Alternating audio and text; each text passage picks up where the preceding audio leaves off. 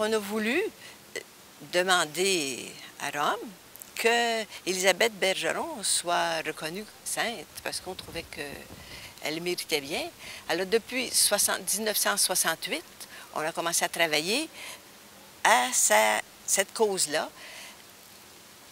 Travailler à une cause, c'est ça, ça veut dire demander à Rome qu'ils reconnaissent que cette personne-là a pratiqué les vertus d'une façon qui lui mérite d'être reconnue sainte. Alors, c'est beaucoup d'études. Hein. Il faut d'abord que des personnes demandent à l'Église, en l'occurrence à l'Église diocésaine, que Élisabeth Bergeron, pour nous, soit reconnue sainte. Alors, ça prend, on appelle ça des lettres postulatoires. Le mot le dit, hein, postulatoire, des lettres qui demandent. Alors, c'est la première étape. Ensuite, il y a toute l'audition des témoins, les témoins oculaires. Il y en avait quelques-uns encore, même assez, il y en avait plusieurs, parce qu'elle est décédée en 1936. Alors, l'audition de tous les témoins, de près puis de loin, tous ceux qui ont connu Élisabeth Bergeron, tous ceux qui avaient quelque chose à dire, l'enregistrement de tous ces témoignages-là. Il faut tout compiler ça. Et puis aussi, la rédaction de ce qu'on appelle la positio. La positio, c'est comme une biographie tout à fait détaillée de la fondatrice. C'est un travail de 4 ans. Il y a une sœur qui a travaillé 4 ans à cette positio-là. Et puis le tout est envoyé à Rome. Et puis les théologiens étudient, épluchent, si on veut dire, tous ces écrits-là. Et finalement, donnent leur verdict. Ce sont des avocats, ni plus ni moins, des théologiens qui, on appelle ça une cause, hein? Alors c'est des avocats.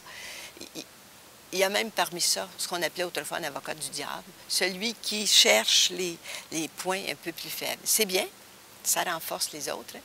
Alors finalement, les 8 théologiens qui étaient assignés à cette tâche-là ont donné leur réponse au Saint-Père, qui l'a lui-même donné officiellement le 12 janvier 1996. Alors, Jean-Paul II a déclaré qu'Élisabeth Bergeron avait pratiqué les vertus chrétiennes d'une façon héroïque. Alors, elle pouvait être appelée maintenant vénérable. Alors, on dit la vénérable Élisabeth Bergeron. On ne dira rien de plus d'elle quand elle sera béatifiée puis quand elle sera canonisée. Sauf qu'elle aurait fait un miracle et puis un autre miracle. Alors, c'est ce qu'on lui demande maintenant. Si elle faisait un miracle, elle pourrait être béatifiée. Comme le bienheureux Monseigneur Moreau, qui a fait un miracle. Il y a une jeune fille qui était cancéreuse. Oui. Le miracle, il peut s'effectuer après sa mort? Oui, oui, parce que les miracles effectués dans le temps, pendant la vie, ils ne comptent pas. Exemple, le frère André a fait beaucoup de miracles durant sa vie. Tout ça, ça a été mis de côté. Il faut qu'il soit parti. Il faut que ce soit une faveur obtenue par son intercession. C'est comme une preuve qui est vraiment au ciel et qui intercède pour nous. Alors, on prie cette personne-là, et puis c'est comme si elle allait demander la faveur pour nous au Seigneur. Pour être béatifiée, bien, il faudrait qu'elle fasse un miracle. On le demande. Hein? Et puis, on attend quoi comme miracle? C'est très difficile de dire c'est un miracle, parce qu'il y a des maladies qui sont difficiles. D'abord, presque toutes les maladies ont des origines psychosomatiques. Hein? Toutes les maladies de la peau, même les cancers, c'est très difficile. Et puis, il faut que ce soit une guérison instantanée, puis irrévocable, puis reconnue par les médecins. Et puis, je prends l'exemple de la jeune cancéreuse. C'est rare que les cancéreux sont déclarés guéris miraculeusement. Mais ça peut arriver. Cette petite-là était vraiment à l'agonie. Il n'y avait rien, il n'y avait plus rien à faire.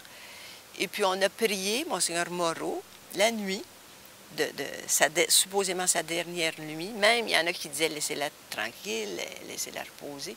Et puis elle a pris du mieux. À partir du lendemain, elle a pris du mieux. Et puis elle porte encore des séquelles de sa maladie. Vous savez, elle est guérie. Alors c'est vraiment inexplicable médicalement parlant. Alors, c'est sérieux, un miracle. Oui. Alors, on attend qu'Élisabeth fasse un miracle. Mais en attendant, elle nous aide beaucoup. Elle est d'une... je dirais, d'un grand secours. Beaucoup de personnes défilent à son tombeau. Je dis défilent parce qu'il ne se passe pas une journée sans qu'il vienne 1, 2 personnes prier à son tombeau et demander des faveurs. Juste encore hier, il est arrivé une délégation de 22 personnes là, qui sont arrivées, puis ils venaient prier Élisabeth Bergeron, demander la guérison d'une autre personne. C'est impressionnant quand on voit ça. C'est la foi qui... mais elle intercède vraiment pour nous auprès du Seigneur. Elle demeure ce qu'elle a été sur la terre. Elle était toujours attentive aux autres. Elle n'a pas changé maintenant qu'elle est dans le ciel. C'est encore un peu plus marqué.